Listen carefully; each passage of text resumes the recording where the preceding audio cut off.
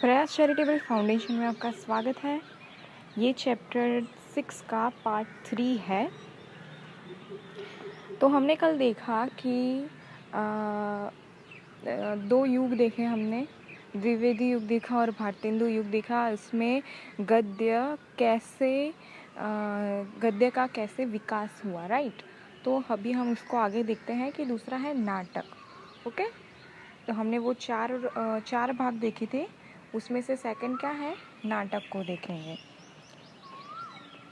नाटक में भी कहानी ही प्रमुख होती है, किंतु इसमें कहानी अथवा उपन्यास की घटना का वर्णन नहीं होता, बल्कि उस कहानी के पात्रों द्वारा संवाद बुलवाकर और अभिनय के माध्यम से स्थिति का वास्तविक चित्रण करने का प्रयास किया जाता है। कल हमने देखा कि कहानी और उपन्यास में क्या अंतर होता है। ओके, कल के वीडियो में ही था कि कहानी क्या होती है और उपन्यास किसे कहता है, दोनों में डिफरेंस क्या होता है। कहानी में किसी एक घटना का वर्णन होता है और वो किसी घट चुकी घटना का वर्णन होता है और लंबे समय की घटना नहीं होती वो। लेकिन उपन्यास में क्या होता है, बहुत सारी घटना एक साथ होती है, उपरांत उसमें किसी लंबे समय की घटना का वर्णन होता है। ओके, तो नाटक में क्या होता है कि उसमें कहानी या उपन्यास की तरह घटना का वर्णन नहीं होता, बल्कि उसमें पात्रों द्वारा संवाद बुलवाया जाता है। यानी हम देखते हैं ना, नाटक में अलग अलग पात्र होते हैं स्टेज पे और वो अपनी अपनी लाइंस बोलते हैं। ओके, तो उनसे क्या हुआ कि एक वास्तविक चित्रण करने का प्रयास, ऐसे लगता है कि जैसे घटना हमारे सामने घट रही है। ओके, तो ये होता है नाटक।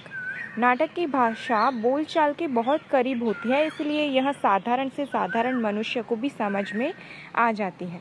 और यदि न भी आए तो नाटक के पात्रों के अभिनय यानी कि पात्रानुकूल भाषा से वह स्पष्ट हो जाती है। किसी को किसी प्रकार की वेशभूषा अगर हम धारण करते देखें तो हमें तुरंत पता चल जाता है कि ये क्या बना होगा, राइट। तो उस हिसाब से अगर उसकी भाषा हमें समझ में नहीं आती, लेकिन उस पात्र को देखकर हम समझ जाते हैं कि इसकी भाषा कैसी हो सकती है, क्योंकि हमने उसको टीवी या कहीं और देखा होता है ऑलरेडी। ओके, समझ रहे हो ना। तो नाटक में लेखक जो भी बात कहना चाहता है वह पात्रों के माध्यम से कहलवाता है। नाटक में क्या होगा, लेखक जो भी बात अपनी रखना चाहता है वो पात्रों के थ्रू हमारे सामने आएगी। जबकि कहानी या उपन्यास में डायरेक्ट हमने तो बुक में से ही पढ़ना है वो, लेकिन नाटक में देखकर और लेखक की जो बात है, वो जो भी घटना घटी है या बात है, वो पात्रों के थ्रू हमारे सामने आएगी। अब तो जगह जगह चौराहों पर नुक्कड़ नाटक भी खेले जाते हैं। हम देखते हैं, अभी तो शायद बहुत कम, गांव में या फिर पहले के ज़माने में बहुत ऐसे नाटक हुआ करते थे कि जिसे शायद भवाई भी बोलते हैं, राइट। और ऐसे नाटक भी बहुत सारे पर्यावरण के संदर्भ में नाटक होते हैं बहुत सारे, राइट, उसकी जागृति के लिए, पर्यावरण जागृति के लिए। तो ऐसे नाटक जगह जगह चौराहे पर हमें दिख जाते हैं। शफ्तर हाशमी ने नुक्कड़ नाटकों को पर्याप्त प्रशय दिया था। दिल्ली स्थित नेशनल स्कूल ऑफ ड्रामा द्वारा नाटक के लिए पात्रों को शिक्षित किया जाता था। कहाँ पे थी इसका जो स्कूल था नाटक का, दिल्ली स्थित नेशनल स्कूल ऑफ ड्रामा। इसके थ्रू लोगों को पात्रों के लिए शिक्षित किया जाता है कि अगर ऐसा पात्र हो तो आप कैसे अभिनय करोगे। थर्ड है निबंध। निबंध को गद्य लेखन की कसौटी माना जाता है। सामान्यतः निबंध में किसी विषय पर विचारपूर्ण लेख लिखे जाते हैं। क्या होता है निबंध में, किसी विषय पर विचारपूर्ण लेख लिखे जाते हैं। एग्जाम में हम लिखते ही है निबंध, कोई भी टॉपिक होता है उसके ऊपर हम डीप में उसके बारे में लिखते हैं, वो क्या हो गया, आपका निबंध हो गया। तो निबंध का अर्थ क्या हुआ कि बिना बंधन का, निबंध यानी कि बिना बंधन का, अर्थात किसी विषय पर लिखते समय विचारों के ऊपर कोई बंधन अथवा प्रतिबंध ना हो, वह रचना निबंध कहलाती है। ये उसका डेफिनेशन याद रखना। ओके, निबंध किसे बोलोगे कि निबंध लिखते समय जिस बारे में आप लिख रहे हो, तो लिखते समय विचारों ऊपर कोई प्रतिबंध नहीं है। आप जो चाहो, आप किसी भी, उसमें कोई सिलेबस का भी नहीं होता कि आप कोई ऐसा टॉपिक है तो आपको सिलेबस के हिसाब से ही उतना ही लिखना है। अगर आप उससे ज़्यादा जानते हो तो वो भी आप लिख सकते हो, राइट। तो निबंध लिखते समय विचारों पर कोई प्रतिबंध नहीं होता, उसे निबंध कहते हैं। निबंध किसी भी विषय पर लिखे जा सकते हैं। इसके लिए आवश्यक नहीं है कि केवल साहित्यिक विषयों का ही चुनाव किया जाए। ओके, कोई साहित्यिक विषय हो ऐसा नहीं है, कोई भी विषय हो सकता है जिस पर हम निबंध लिखते हैं, हमें पता है। ओके, एग्जाम में बहुत सारे टॉपिक्स दिए जाते हैं। निबंध और लेख में अंतर होता है। अभी यहाँ पे निबंध और लेख, इन दोनों में क्या डिफरेंस हुआ कि लेख केवल अपने विषय पर ही केंद्रित होता है, किंतु निबंध में विषय केवल एक माध्यम पर होता है। निबंध में विचारों की श्रृंखला कहीं से भटकर कहीं भी जा सकती है। निबंध में उसका जो ऑरा है, मीन्स उसका जो टॉपिक का जो क्षेत्र है, उससे निकलकर आप कहीं भी जा सकते हो। निबंध में कुछ भी लिख सकते हो। ओके, उसकी कोई सीमा नहीं होती। लेकिन विभिन्न शैलियों के आधार पर निबंधों में भेद किए जाते हैं। विविध शैलियों के आधार पर निबंध भी अलग अलग होते हैं, भेद किए जाते हैं। जैसे कि ललित निबंध, विचारात्मक निबंध, वर्णनात्मक निबंध आदि। ओके, निबंध के भी कई सारे प्रकार हो गए, ललित निबंध, विचारात्मक या वर्णनात्मक वगैरह वगैरह। तो प्रताप नारायण मिश्र, बाल मुकुंद गुप्त, आचार्य महावीर प्रसाद द्विवेदी, श्याम सुंदर दास, बाबू गुलाब राय, अध्यापक पूर्ण सिंह, कन्हैयालाल मिश्र प्रभाकर, हजारी प्रसाद द्विवेदी, विद्यानिवास मिश्र, कुबेरनाथ राय, विवेकी राय आदि हिंदी के प्रमुख निबंधकार हैं। अगर ये बोले कि निबंधकारों के नाम बताओ तो ये सारे आएंगे। ओके, आपने पाठ्यक्रम में आप कन्हैयालाल मिश्र प्रभाकर का एक था पेड़ और एक था ठूंठ, हजारी प्रसाद द्विवेदी का कुटज और रामचंद्र शुक्ल का क्रोध आदि निबंध पढ़ोगे। आगे जब चैप्टर होगा, सिलेबस जब आगे बढ़ेगा तो इनके निबंध आएंगे आपको। ओके, फोर्थ है नवीन विद्याएं। नवीन विद्याएं में क्या आता है, यात्रा व तांत। यानी कि यात्रा व तांत में लेखक किसी देश, पहाड़ी अथवा किसी अन्य स्थान की अपनी यात्रा के अनुभवों को लिखता है। यात्रा व तांत का मतलब क्या हो गया कि लेखक अपने किसी यात्रा का अनुभव लिखता है। ओके, वो किसी देश की यात्रा हो, किसी पहाड़ की यात्रा हो या फिर किसी अन्य स्थान की यात्रा हो, वो उस यात्रा का अनुभव लिखता है। यात्रा के दौरान तरह तरह की कठिनाइयाँ भी आती है और कई रोमांचक अनुभव भी होते हैं तथा आनंद भी प्राप्त होता है। यात्राओं में प्राप्त अनुभवों का वर्णन ही यात्रा व तांत कहलाता है। ये डेफिनेशन याद रखना। यात्रा में प्राप्त अनुभव, आपको कैसे कैसे अलग अलग अनुभव होते हैं जब आप कहीं पे घूमने जाते हो, राइट। आप अलग अलग लोगों से मिलते हो, अलग जगह के बारे में जानते हो, है ना। तो वो सब जो अनुभव हो रहा है आपको, वो ही है यात्रा व तांत। राहुल साकृत्यायन का घुम्मड़ शास्त्र ग्रंथ प्रसिद्ध यात्रा ग्रंथ है। कौन सा है, यात्रा ग्रंथ। धुमक्कड़ शास्त्र, यात्रा संस्मरण के लेखक की परंपरा भारतेंदु हरिश्चंद्र के समय से ही प्रारंभ हो गई थी।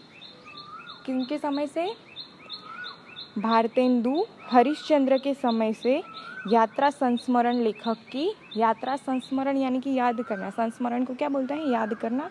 तो यात्रा के बारे में जो याद करने का जो आपका अनुभव है उस टाइम का, वो लिखने की जो प्रथा थी वो भारतेंदु युग से ही स्टार्ट हो गई थी, भारतेंदु हरिश्चंद्र के समय से। ओके, तो देवकी नंदन खत्री की बद्रिकाश्रम यात्रा गोपाल राम गहमरी की लंका यात्रा का विवरण, अग्नेय की अरे यायावर रहेगा याद आदि यात्रा व तांत संबंधित चर्चित पुस्तकें हैं। ये सारे क्या है? यात्रा अनुभवों के रिलेटेड पुस्तक है। इनके अतिरिक्त यशपाल, विष्णु प्रभाकर, राजेंद्र यादव, मनोहर श्याम जोशी, हिमांशु जोशी आदि ने भी कई सुप्रसिद्ध यात्रा साहित्य लिखे हैं। और आपको दूसरी पुस्तक के पाठ संख्या 26 में मोहन राकेश का लिखा आखिरी चट्टान नामक यात्रा व तांत पढ़ने को मिलेगा। जो 26 नंबर का चैप्टर है उसमें हम आखिरी चट्टान को पढ़ेंगे। वो किसने लिखा है? मोहन राकेश ने। और वो क्या है? एक यात्रा वृतांत है, यानी कि इनका मोहन राकेश का यात्रा का अनुभव लिखा है। ओके, इसमें जैसे नवीन विद्याएं में यात्रा वृतांत है, वैसा सेकंड क्या है कि संस्मरण है। तो उचित प्रकार से किसी व्यक्ति अथवा स्थान का स्मरण करना ही संस्मरण है। किसी को याद करना, किसी व्यक्ति अथवा किसी स्थान को याद करना ही संस्मरण कहलाता है। संस्मरण में आत्मीयता का होना एक विशिष्ट गुण है। इसमें किसी व्यक्ति से अत्यधिक भावनात्मक जुड़ाव होने के कारण अनुभूत स्मृतियाँ और घटनाओं के प्रति निजी दृष्टिकोण का होना स्वाभाविक है। कहीं पे गए हैं, कोई हमें मिल गया तो उस व्यक्ति की यादें हमारे जहन में रह जाती हैं और कहीं पर भी बैठे बैठे उस व्यक्ति के बारे में, उस स्थान के बारे में सोचना क्या हो गया? संस्मरण हो गया। ओके, क्योंकि उसमें उस व्यक्ति से रिलेटेड, उस स्थान से रिलेटेड आपकी दिल से याद जुड़ गई है कोई, तो वो क्या हो गया? संस्मरण हो गया। तो संस्मरण विद्या अतीत से जुड़ी विद्या है। अतीत यानी जैसे भूतकाल बोलते हैं ना, जो घट चुकी घटना, अतीत से जुड़ी विद्या है संस्मरण। ये याद रखो। इसमें किसी भी छोटे अथवा बड़े व्यक्ति को तटस्थता से याद कर लिपिबद्ध किया जाता है। संस्मरण साहित्य के विकास में बनारसी दास चतुर्वेदी, कृत संस्मरण तथा कन्हैयालाल मिश्र प्रभाकर, जिसे कहते हैं कि दीप जले शंख बजे, ने विशिष्ट योगदान दिया है। ये संस्मरण की क्या है? बुक है जो कन्हैयालाल मिश्र ने लिखी, दीप जले शंख बजे। ओके, तो अन्य संस्मरण लेखक कार्य में संलग्न साहित्यकारों ने संस्मरण माला लिखी। विश्वंभर नाथ शर्मा कौशिक का मेरा वह बाल्यकाल, जिनेन्द्र द्वारा ये तथा वे, और गांधी तथा कुछ स्मृतियाँ, आचार्य चतुरसेन के सुगंधित संस्मरण, बच्चन के नए पुराने जरोखे, अग्नेयकृत का स्मृति लेखा, आत्मेनेय पद, मन से परे आदि महत्वपूर्ण है। ये सारे क्या है? संस्मरण लेख है। ओके, तो इस पुस्तक में आप डॉक्टर रघुवंश पर लिखी डॉक्टर कैलाश चंद्र भाटिया का संस्मरण पढ़ेंगे। आशा है कि आपको ये विद्या पसंद आएगी। आगे हमारे सिलेबस में एक ऐसी संस्मरण विद्या भी है। ओके, तो थर्ड क्या है? फर्स्ट हमने देखा यात्रा वृतांत, सेकंड संस्मरण, और थर्ड है व्यंग। तो व्यंग्य में क्या होता है कि समाज में फैली बुराई, किसी विचार, परंपरा अथवा घटना का वर्णन करते हुए यदि उसकी खिल्ली उड़ाई जाए अथवा व्यवस्था पर चोट की जाए अथवा हंसती गुदगुदाती भाषा में उसका चित्रण करा जाए तो वह रचना व्यंग्य कहलाती है। ओके, अगर किसी की भावनाओं को ठेस पहुंचाने जैसा हम कुछ बोल दें या उसकी रीति रिवाजों के बारे में हम खिल्ली उड़ाए तो वो क्या हो गया? उसकी रीति रिवाजों पर हमने व्यंग्य किया। ओके, तो मैं उसका चित्रण किया जाए तो गुदगुदाती भाषा में उसका चित्रण किया जाए तो वह रचना व्यंग कही जाती है। व्यंग में कहानी भी हो सकती है, निबंध की तरह स्वतंत्र विचार भी हो सकते हैं। कुल मिलाकर कहे तो व्यंग्य एक प्रकार का निबंध होता है जिसमें व्यंग्यात्मक ढंग से किसी विषय का चित्रण होता है। बालमुकुंद गुप्त की शिव शंभू के चिट्ठे, महाप्रसाद द्विवेदी का म्यूनिसिपैलिटी के कारनामे श्रेष्ठ व्यंग के उदाहरण है। आज तो व्यंग एक स्वतंत्र विद्या के रूप में विकसित हो चुका है। आजकल पत्र पत्रिकाओं में साहित्य, कला, इतिहास, राजनीति, संस्कृति, विज्ञान आदि आदि किसी भी विषय से संबंधित व्यंग्य अनिवार्य रूप से मौजूद रहते हैं। व्यंग्य के माध्यम से जहाँ किसी विषय की खिल्ली उड़ाई जाती है, वहीं उसके पीछे किसी गूढ़ समस्या का समाधान भी ढूंढने का प्रयास किया जाता है। हम अभी देखते हैं ना, न्यूज़पेपर में किसी राजनेता के बारे में हो या किसी खिलाड़ी के बारे में हो या किसी बॉलीवुड एक्ट्रेस या एक्टर के बारे में हो, तो कोई ना कोई उसके ऊपर टॉन्ट होता है। ओके, तो वो क्या हो गया, उसके ऊपर व्यंग्य किया, ऐसा हो गया। ओके, व्यंग्य पढ़ने वाला ऊपर तो हंसता रहता है, किंतु हृदय में वह गूढ़ समस्या भीतर तक कचोटती रहती है। ओके, हमें अगर किसी के बारे में कुछ ऐसा बोलेंगे तो हम उसके ऊपर जाहिर सी बातें हंसेंगे, लेकिन अंदर ही अंदर दिल से अगर वो लग जाए वो बात, भले ही वो दूसरे के ऊपर हो, लेकिन अगर दिल से लग जाए तो हमें भी बुरा लगेगा और हम इस समस्या का समाधान ढूंढने का कोशिश भी कर सकते हैं कि अगर मेरे साथ ऐसा होता तो क्या होता, वगैरह वगैरह, कुछ भी टाइप का। ओके, तो प्रमुख व्यंग्यकारों में हरिशंकर परसाई, शरद जोशी, गोपाल चतुर्वेदी आदि के नाम आते हैं। ये कौन है? व्यंग्यकार है। इस पाठ्यक्रम में आप हरिशंकर परसाई द्वारा लिखित पीढ़ियाँ और गिट्टियाँ नामक व्यंग्य रचना कौन से चैप्टर 10 में हम पढ़ेंगे।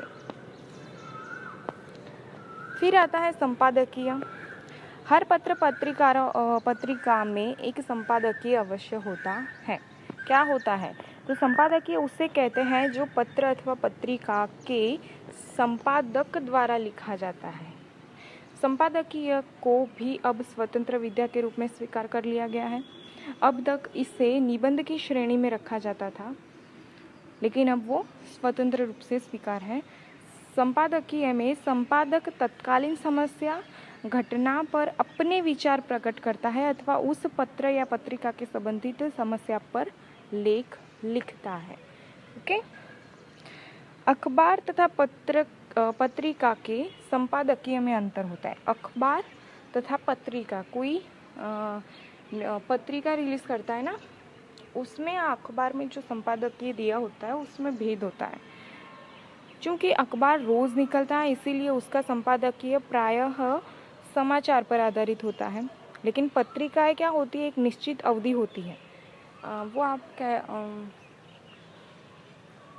वो कहते हैं ना, आपको कोई पेपर, आपने कोई रिसर्च करी, ओके, किसी घटना पर, किसी विषय पर, और उस पर आपने अपने विचार डाले और आप उस पेपर को सबमिट करते हो, यानी कि आपका पेपर आप रिलीज़ करते हो, आपका जो रिसर्च है वो आप रिलीज़ करते हो।